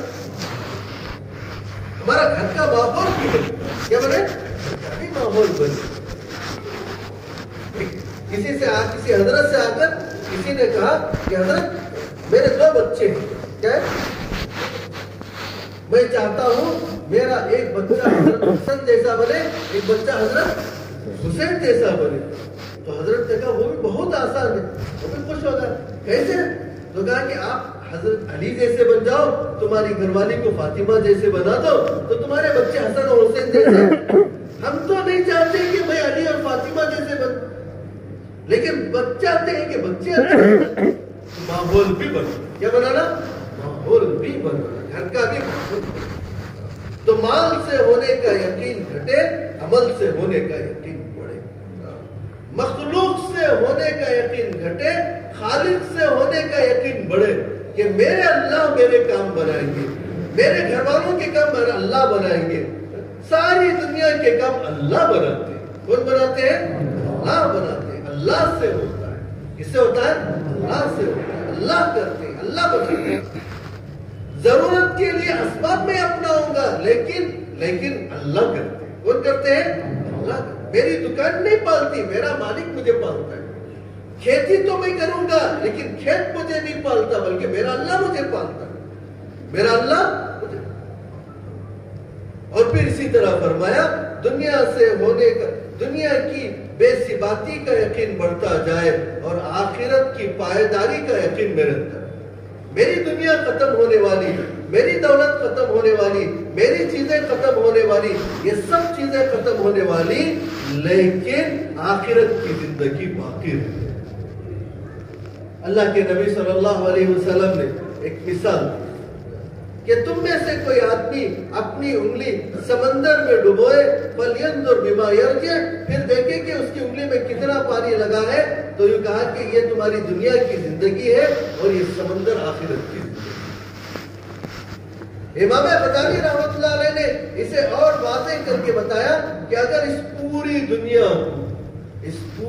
دنیا کو رائی کے دانے سے بھر دیا جائے، پوری دنیا کو رائی کے دانے سے بھر دیا جائے اور ایک پرندے سے کہا جائے کہ 1000 سال میں ایک دانہ، کتنے سال میں؟ تو حضرت امام غزالی نے فرمایا یہ دانے ختم ہو سکتے ہیں، آخرت کی زندگی ختم نہیں ہو سکتی۔ سوچ نہیں سکتے، کہہ نہیں سکتے۔ اب ہماری دنیا کی 60-70 سالہ زندگی کے خوشی اور غم پر ہم سارے فیصلے کرتے ہیں۔ یہاں خوش رہنے کے لیے جو چاہے کر لو، یہاں اچھا رہنے کے لیے جو چاہے کر لو، یہاں عزت والا بننے کے لیے جو چاہے کر لو۔ آدمی یہ سوچتا ہے، یہ نہیں سوچتا کہ مجھے آخرت میں کامیاب ہونے کے لیے کیا کرنا ہے، مجھے آخرت میں عزت والا بننے کے لیے کیا کرنا ہے، مجھے آخرت میں اللہ کے سامنے حساب دینے کے لیے کرنا کیا ہے۔ میرے بچے کے لیے جیسے میں دنیا کے اندر یہ سوچ کر کچھ پیسے چھوڑ کر جاتا ہوں کہ میرے جانے کے بعد یہ محتاج نہ بنے، تو اس سے زیادہ فکر تو یہ کرنا چاہیے کہ میرا بچہ مر کر جانے کے بعد وہ وہاں آخرت میں ذلت نہ اٹھائے، وہ محتاج نہ بنے، کیا نہ بنے، اس کے لیے یہ محنت۔ دیکھو بھائی اور آپ جو یہاں بیٹھے ہوئے ہیں، یہ ایسے ہی نہیں آ گئے، یہ ایسے ہی نہیں آ گئے، یہ کچھ لوگوں کی قربانیاں، کیا ہے؟ لوگوں کی قربانیاں ہیں، جنہوں نے قربانیاں کی، جن کی قربانیاں پائے کی پتھر کی طرح عمارت میں دب گئی، معلوم بھی نہیں ہوتا کہ کس کس نے کیا کیا قربانی، کس نے کیا کیا قربانی دی۔ بہت سارے لوگوں کی قربانیاں وہ چھپی کی چھپی رہ گئی، کسی کو معلوم نہیں ہوا کہ انہوں نے دین کے لیے کیا کیا قربانی۔ جب ان کے گھر والوں سے، جب قریب لوگوں سے بیٹھا جاتا ہے تو معلوم ہوتا ہے کہ انہوں نے اس کے لیے کیا کیا قربانیاں دی، جان مال کے کتنی قربانیاں دی معلوم ہوتا ہے۔ تو ہم جو یہاں بیٹھے ہیں وہ ایسے ہی نہیں بیٹھے ہیں، کچھ لوگوں نے قربانیاں دی، اور پھر اس سے پہلے کچھ لوگوں نے دی، اس سے پہلے کچھ لوگوں نے دی، صحابہ نے دی، کیا دی؟ صحابہ کی قربانیاں تھی، وہ چھوٹی سی جماعت تھی جنہوں نے قربانی دی۔ اللہ کے نبی صلی اللہ علیہ وسلم کو معلوم ہوا ابو سفیان ملک شام سے سامان لے کر مکے کو جا رہے، اور مکے والوں کے ارادے اچھے نہیں تھے کہ بھئی تجارت کر کے مال جمع کریں گے اور مدینے میں جو ایمان والے ہیں ان کا خاتمہ کریں گے۔ تو اللہ کے نبی صلی اللہ علیہ وسلم ابو سفیان کا لشکر روکنے کے لیے، ابو سفیان کا لشکر روکنے کے لیے 313 صحابہ کو لے کر نکلے تھے، ہتھیار بھی نہیں تھے، کوئی چیز نہیں تھی، سب نکلے تھے۔ اب نکلے، ابو سفیان بھی بڑے چالاک آدمی، ابو سفیان بھی، تو اللہ کے نبی صلی اللہ علیہ وسلم نے مقام بدر پر ایک جگہ پر جو ہے 2 صحابہ کو بھیجا، انصاری صحابی تھے، ان کے نام بھی ہے، ایک تھے عدی بن ابو زغبہ اور ایک مصبر بن عمر جہنی تھے، ان دونوں کو بھیجا، جاؤ جا کر معلوم کر کے آؤ ابو سفیان کا لشکر کب وہاں آ گیا، ان کا قافلہ کب آ گیا۔ اب یہ گئے پوچھنے کے لیے، معلوم کرنے کے لیے، پوچھتے نہیں تھے، ایسے معلوم کرنے کے لیے گئے، تو وہاں جو سردار کا ایک بڑا آدمی تھا وہ عورتوں سے کہہ رہا تھا کہ تم نے قرض لیے تھے، تم نے ابھی قرض نہیں ادا کیا۔ تو 2 عورتیں کہنے لگی کہ ابھی 2 دن میں ایک قافلہ آ رہا ہے، اس میں ہم کام کریں گے، اور کام کرنے پر جو پیسے ہمیں ملیں گے اس پیسوں سے ہم تمہارا قرض ادا کر دیں۔ تو ان کو معلوم ہو گیا کہ قافلہ ابو سفیان کا 2 دن میں پہنچ رہا ہے۔ اب انہوں نے جا کر اللہ کے نبی سے، ابو سفیان نے کچھ لوگوں کو بھیجا معلوم کر کے آؤ، لیکن صحیح خبر معلوم نہیں ہوئی ابو سفیان کو بھی۔ خود ابو سفیان مقام بدر پر پہنچے، آ کر لوگوں سے معلوم کیا کوئی جاسوس آئے تھے یا کوئی پوچھنے والا آئے تھے، ان لوگوں نے بھی کہا کہ کوئی آئے تو نہیں تھے، کوئی 2 مسافر آئے تھے، آ کر اپنے جانور کو پانی پلا کر چلے گئے۔ ابو سفیان ادھر ادھر دیکھنے لگے تو وہاں اونٹ کی میگنیاں پڑی، عرب میں تو اونٹ ہی تھے، تو لیکن ابو سفیان اس میگنی کو، اونٹ کی میگنی کو اٹھا کر توڑا، وہ توڑا تو اس میں سے کھجور کے بیج، کھجور کی گٹلیوں کے ریزے نکلے، کیا نکلے؟ کھجور کی۔ اب یہ سمجھ گئے کہ یہ اونٹ کی میگنیاں وہ مدینے ہی کی اونٹ کی میگنیاں، اتنے چالاک تھے، اس لیے کہ مدینے والے کھجور کے بیج کو بھگا کر کوٹ کر اپنے اونٹوں کو کھلاتے تھے، دوسرے نہیں کھلاتے تھے۔ اونٹ کی وہ جو بیج ہے وہ پورا گلتا نہیں، اس کا اثر میگنیوں میں بھی رہتا ہے۔ تو ابو سفیان سمجھ گئے کہ اللہ کے نبی صلی اللہ علیہ وسلم نے اپنے آدمی یہاں بھیجے ہیں میرا قافلہ معلوم کرنے کی، میرا۔ اب وہ راستہ کاٹ کر سمندر کی طرف سے چلے گئے، لیکن مکے میں پیغام پہنچا دیا، اپنے قافلے کو بچانا چاہتے ہیں تو فوراً لشکر لے کر نکلے۔ اب وہاں سے فوراً لشکر لے کر ابو جہل نکلے، لمبا واقعہ، فوراً لے کر نکلے، 1000 آدمی اور کھانے پینے کا سامان، سارے ہتھیار اور سارے جنگجو، یعنی جن کو لڑنا آتا تھا، ایسے لوگ۔ ابو سفیان تو بچا کر نکل گئے، اب معلوم ہو گیا ابو جہل اور قافلے والوں کو معلوم ہو گیا ہمارا قافلہ محفوظ ہے. لوگوں نے کہا چلو واپس چلیں گے. ابو جہل نے کہا کہ نہیں ہمیں بدر جائیں. ہم کیا جائیں گے؟ بدر جائیں گے, کھائیں گے, پیئیں گے اور عرب کو بتائیں گے کہ ہم بہادر. لوگوں نے کہا کہ نہیں واپس چلے جائیں گے. اب اس کی موت تھی, اسے کھینچ کر لے کر آ گئے. اب وہ آ گئے. اب اللہ کے نبی صلی اللہ علیہ وسلم نے ساتھیوں سے مشورہ کیا, کیا کریں؟ تو سب تیار ہو گئے. انصار نے بھی کہا کہ ہم بھی تیار. کہتے ہیں کہ 3 گھوڑے. کتنے گھوڑے تھے؟ ان کے پاس 300 گھوڑے تھے اور ان کے پاس کتنے تھے؟ 3. ایک حضرت مقداد بن اسود کے پاس, ایک حضرت مرثد ابن ابی مرثد صحابی تھے ان کے پاس, ایک حضرت زبیر بن عوام کے پاس. یہ 3 ہی صحابہ تھے جن کے پاس کیا تھے؟ گھوڑے تھے. اور 70 اونٹ تھے. 3 گھوڑے تھے 70 اور یہ تھے 300 تھے. کتنے تھے؟ اب اللہ کے نبی صلی اللہ علیہ وسلم نے دعا کی, اللہ یہ تھوڑی سی جماعت ہے, مٹھی بھر جماعت ہے, اگر یہ ختم ہو گئی تو پھر تیرا کوئی نام لینے والا نہیں رہے گا. رات بھر دعا کی, اتنی دعا کی. حضرت ابو بکر اللہ کے نبی صلی اللہ علیہ وسلم کے خیمے کا پہرا دے رہے تھے. حضرت ابو بکر کو بھی ترس آ گیا, آگر کہ اللہ کے نبی, اللہ تو آپ کی دعا سن ہی لیا, تو اٹھا دو سر. مانگا اللہ سے, مانگا, اتنا مانگا. دوسرے دن اللہ تعالیٰ نے ایسی کامیابی دی جو آج تک تاریخ میں ہے, ایسی کامیابی کسی کو نہیں. کیا نہیں ملی؟ حضرت عباس بڑے موٹے تھے. حضرت عباس بڑے موٹے. ابو سفیان لے کر آیا تھا, یعنی ابو جہل لے کر آیا تھا, نہیں تمہیں بھی چلنا ہے. ایک دبلے پتلے انصاری صحابی ان کو قید کر کے لے کر آئے. اللہ کے نبی میں نے اسے ان کو پکڑا ہے. کسے پکڑا ہے؟ عباس.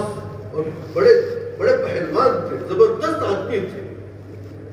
گھوڑے پر بیٹھتے تو پیر زمین کے قریب تک آ جاتے. بڑے ہائٹ والے بھی تھے اور بھی بڑے زبردست آدمی.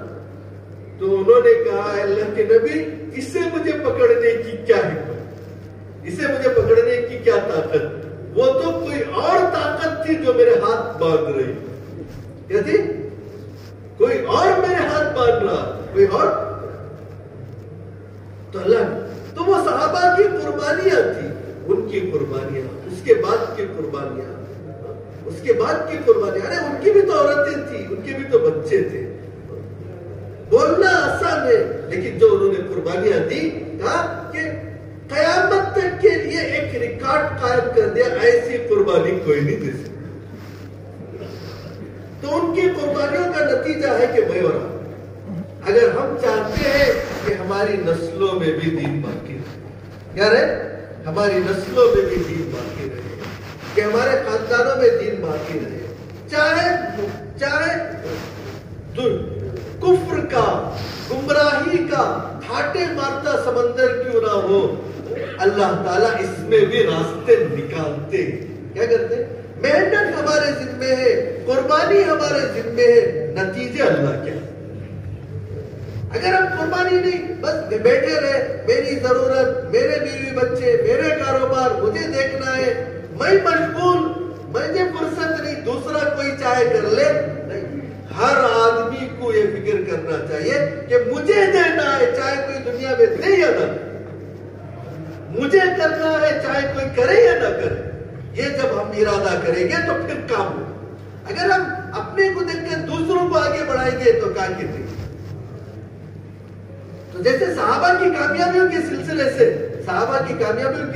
سے وہ زمانے کے بادشاہوں نے اپنے جاسوسوں سے پوچھا, کیا پوچھا کہ وہ قلت میں, یعنی عدد میں تھوڑے ہونے کے باوجود, گنتی میں تھوڑے ہوتے ہیں اور تمہاری تعداد بڑی ہوتی ہے, اس کے باوجود تم ہار جاتے ہو, وجہ کیا ہے؟ کیا وجہ؟ تعداد تمہاری زیادہ اور ایمان والوں کی تعداد کم, پھر بھی وہ غالب آ جاتے ہیں. تو اس میں سے ایک نے کہا ہمارے ہر ساتھی کا ارادہ یہ ہوتا ہے میرا ساتھی مر جائے میں بچ جاؤں, ان کا یہ ارادہ ہوتا ہے میں شہید ہو جاؤں میرا ساتھی بچ جائے. کیا ہو جائے؟ میرا ساتھی بچ جائے, میں شہید ہو جاؤں. تو ان کے جذبے ایسے ہوتے ہیں جس کی وجہ سے کامیابی ان کے قدم چوم. تو ہر ایک کے اوپر حالات ہے, ایسے نہیں ہر ایک پریشان ہے, قرض میں ڈوبا ہوا ہے. ہر ایک آدمی اس کی ترتیب بنائے, ہمت کرے کہ مجھے کرنا ہے, چاہے کوئی کرے یا نہ کرے. حالات آتے ہیں آدمی کو ترقی دلانے کے لیے, آدمی اللہ سے مانگے گا, ہمت کرے گا, پھر اللہ تعالیٰ کی بھی مددیں آتی. تو اس وقت ہم سب ارادہ کریں کہ انشاءاللہ 4 مہینے اللہ کے راستے میں نکلیں گے نا انشاءاللہ. تو بتائیں کس کے ارادے میں؟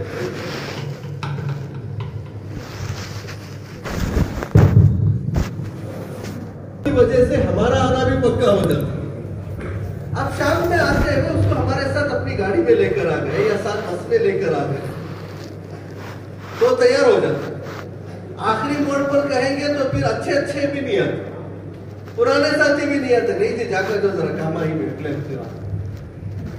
اور دوسرا یہ بھی ارادہ کرے کہ شب گزاری بھی کرے. کیا کرنا ہے؟ ایک ماحول میں رات گزارنا, اٹھ کر رات میں اللہ سے مانگ, اس کے اثرات پڑھتے ہیں, اس کے اثرات. تو اس لیے جب بیٹھے بیٹھے یہ ارادہ کریں کہ اگلے ہفتے مجھے کسے لانا, کیا کرنا ہے یہ ذہن میں لائیں کہ سوچیں کہ بھائی دوست کو لانا ہے یا کوئی چچیرا بھائی ہے, مولیرا بھائی ہے, پپیرا بھائی ہے, کس کو مجھے لانا. اب ذہن میں آپ نے سوچا, کل جا کر آپ نے فون کیا یا رات میں آپ نے فون کیا, تو وہ ارادہ کرتا ہے.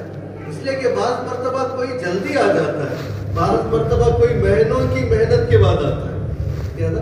مہینے محنت کے بعد میں آتا ہے.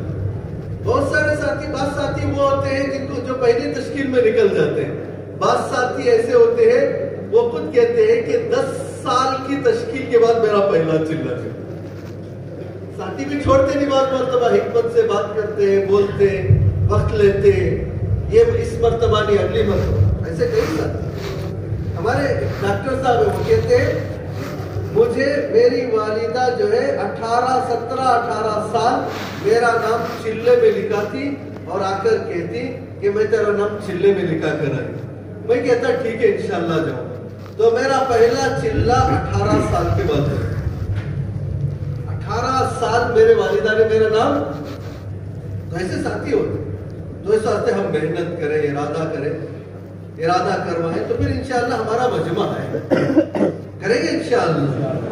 اب اس کے ساتھ ساتھ جو ہے, اس کے ساتھ ساتھ ایک بات یہ ہے کہ ہم یہاں جتنے ساتھی بیٹھے ہوئے ہیں کہ روزانہ مسجد کو وقت دینے کا ہم ارادہ کریں کہ تھوڑا سا وقت 2.5 گھنٹے دینا یہ افضل, 2.5 گھنٹے سے زیادہ دینا یہ اور اچھا ہے. کہ میرے پاس وقت ہے, میں ترتیب بنا کر 2.5 گھنٹے سے زیادہ نہیں ہے, کم از کم 2.5 گھنٹے تو دوں. 2.5 گھنٹے بھی نہیں دے سکتا, جتنا چاہے جتنا ہو سکے اتنا تو دوں. روزانہ 1 گھنٹہ, 1.5 گھنٹہ, 2 گھنٹے کچھ تو دوں. تو ہمارے حلقوں میں, ہمارے مسجدوں کے ارد گرد محنتیں ہوتی ہیں, چلت پھرت ہوتی ہے. ان چلت پھرت کی برکت سے اللہ تعالیٰ پیدا ہونے والے فتنوں کو دبا دیتے ہیں. آنے والے فتنوں کیا کرتے ہیں؟ محنتیں ہوتی ہیں تو اس کے اثرات پڑتے ہیں. کریں گے انشاءاللہ ارادہ کہ روزانہ کچھ وقت ہم کیا کریں گے مسجد کے. جب محنتیں ہوں گی تو خود بخود سے روزہ جماعتیں بھی بنیں گی, پھر گشت میں بھی ساتھی ملیں گے, دوسرے گشت کے لیے بھی ساتھی بنیں گے, پھر کام ہمارا آگے بڑھے گا.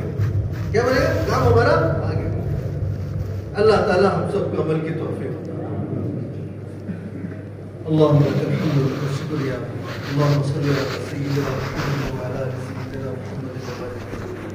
ربنا ظلمنا انفسنا وان لم تغفر لنا وترحمنا لنكونن. ربنا لا تزغ قلوبنا بعد إذ هديتنا وهب لنا من لدنك رحمة إنك أنت الوهاب. اللهم أعنا على ذكرك وشكرك وحسن عبادتك. اے اللہ ہم سب کی غلطیوں کو کوتاہیوں کا اپنے کرم سے معاف۔ اے اللہ تو بڑا معاف کرنے والا ہے اور معافی کو پسند کرتا ہے۔ اے اللہ ہم اس بات کا بھی اقرار کرتے ہیں، اے اللہ دنیا کے اندر حالات اے اللہ ہماری نافرمانیوں کی وجہ سے آئے، اے اللہ ہم نے تجھے اے اللہ بہت ناراض کیا، اے اللہ معاف فرما، اے اللہ معاف فرما۔ اے اللہ سب سے بڑی کوتاہی اور غلطی ہم سے یہ ہوئی اے اللہ ہم نے تیرے حبیب کے لائے ہوئے کام کو چھوڑا۔ اے اللہ دنیا میں تو کیا اے اللہ خود ہمارے گھر اجڑ گئے، ہمارے گھر بے دین ہو گئے، اے اللہ ہم اس کا فکر تک نہیں آیا۔ اے اللہ کاروبار کے اندر کچھ کمی آ جاتی ہے تو راتوں کی نیندیں اڑ جاتی ہیں، بے چین و بے قرار ہو جاتے ہیں۔ اے اللہ دین اجڑ رہا ہے، اے اللہ اجڑ گیا، اے اللہ ہمارے پیشانی پر بل تک نہیں پڑے، اے اللہ معاف فرما دے، اے اللہ اپنے دین کی محنت کے لیے ہمیں قبول کر لے، اے اللہ قبول کر لے، اے اللہ قبول کر لے، اے اللہ بے شک اے اللہ تیرے دین کے محنت کے ہم قابل نہیں ہیں، اے اللہ تو بھی پاک، تیرا دین بھی پاک، اے اللہ پھر بھی قبول کر لے، اے اللہ قبول کر لے، اے اللہ تو قبول کر لے گا تو اے اللہ ہماری دنیا اور آخرت دونوں سنور جائیں گے، اے اللہ دونوں سنور جائیں گے۔ اے اللہ ہماری کسی غلطی اور کوتاہی کی وجہ سے اے اللہ ہمیں کام سے محروم نہ فرما، اے اللہ ہمیں کام سے محروم نہ فرما، اے اللہ اپنے مخلص بندوں میں ہمیں شمار فرما، اے اللہ ہمیں اپنے مخلصین میں شمار فرما، اے اللہ امت کو مخلصین کی قیادت نصیب فرما، اے اللہ اغراض پسندوں سے کام کی حفاظت فرما، اے اللہ اغراض پسندوں سے کام کی حفاظت فرما، اے اللہ اغراض پسندوں سے کام کی حفاظت فرما، اے اللہ خود کو بھی اے اللہ اغراض پسندی سے حفاظت فرما، اے اللہ ہمیں ان خوش نصیب بندے اور بندیوں میں شمار فرما جن سے تو ملکوں اور علاقوں کی ہدایت کے فیصلے فرماتا ہے۔ اے اللہ شمار کر لے، اے اللہ تو قبول کر لے، اے اللہ تو قبول کر لے گا تو کوئی رد نہیں کر سکتا۔ اے اللہ وہ صلاحیتیں اور استعدادیں بھی عطا فرما اے اللہ جو تیرے کام کے لیے ضرورت تھی۔ اے اللہ ہر اعتبار سے کمزور ہے، اے اللہ ظاہری بھی کمزور ہے، باطنی بھی کمزور ہے، اے اللہ ہم سے کچھ نہیں ہوتا، کرتے تو آپ ہی، اے اللہ اب تک جو کچھ ہوا آپ کے کرنے سے ہوگا، اے اللہ آئندہ جو کچھ ہوگا وہ آپ ہی کے کرنے سے ہوگا۔ اے اللہ ہماری مدد فرما، قدم قدم پر مدد اور نصرتوں کے فیصلے فرما۔ اے اللہ ہمارے ہونے والے جوڑ کو قبول فرما، اے اللہ قبول فرما، اے اللہ قبول فرما، اے اللہ قبول فرما، اے اللہ اس کو ذریعہ بنا کر حق کے اے اللہ حق کے وجود میں آنے کے فیصلے فرما، اے اللہ حق کے وجود میں آنے کے فیصلے فرما، اے اللہ باطل کو ختم فرما، اے اللہ باطل کو ختم فرما، اے اللہ باطل قوتوں کو نیست و نابود فرما، اے اللہ باطل قوتوں کو نیست و نابود فرما، اے اللہ حق کا بول والا فرما، اے اللہ مخلصین کی حفاظت فرما، اے اللہ مخلصین کی حفاظت فرما، اے اللہ مخلصین کی رہبری فرما، اے اللہ دستیاری فرما، اے اللہ خیر کے فیصلے فرما، اے اللہ ہمارے اکابرین کی صحت عطا فرما، تندرستی عطا فرما، حفاظت فرما، اے اللہ تیرے مخلص بندے ایک ایک کر کے ختم ہوتے جا رہے، اے اللہ ہمیں اے اللہ نہتا نہ چھوڑ، اے اللہ ہمیں نہتا نہ چھوڑ،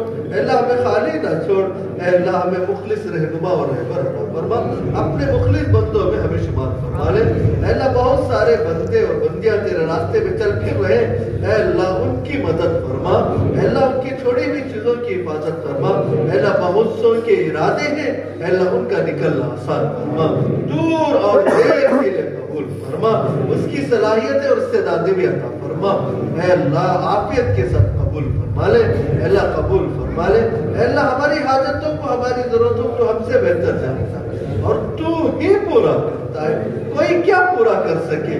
اے اللہ ہماری پریشانیوں کو دور فرما، ہماری جائز حاجتیں اور تمناؤں کو پوری فرما، اے اللہ بے نکاح لڑکے اور لڑکیوں کے لیے نیک صالح جوڑے مقرر فرما، اے اللہ بے گھروں کو گھر عطا فرما، قرضداروں کے قرضوں کی ادا ہونے کی شکل صورتیں عطا فرما، اے اللہ مرحومین کی مغفرت فرما، زندوں میں اسباب مغفرت پیدا فرما، اے اللہ ہم نے تو اپنی حیثیت کے مطابق مانگا تو اپنی شاہد شان ہماری ساری جائز حاجتوں تمناؤں پوری فرما، اپنے کرم سے ہماری دعاؤں کو قبول فرما۔ صلی اللہ تعالی على خير خلقه محمد وآله وصحبه أجمعين برحمتك يا أرحم الراحمين والحمد لله رب العالمين. عابدین حضرات کا وضو اور ضرورت سے جلدی فارغ ہو جائیں. جن حضرات کا وضو ہے وہ آگے آ کر صفوں کی ترتیب پر بیٹھیں. درمیانی حصے میں نماز کی نیت نہ باقی ہو جائے. طلبہ کا حلقہ اور حضرات علماء اکرام کا حلقہ وضو کے اوپر کا حصہ رکھا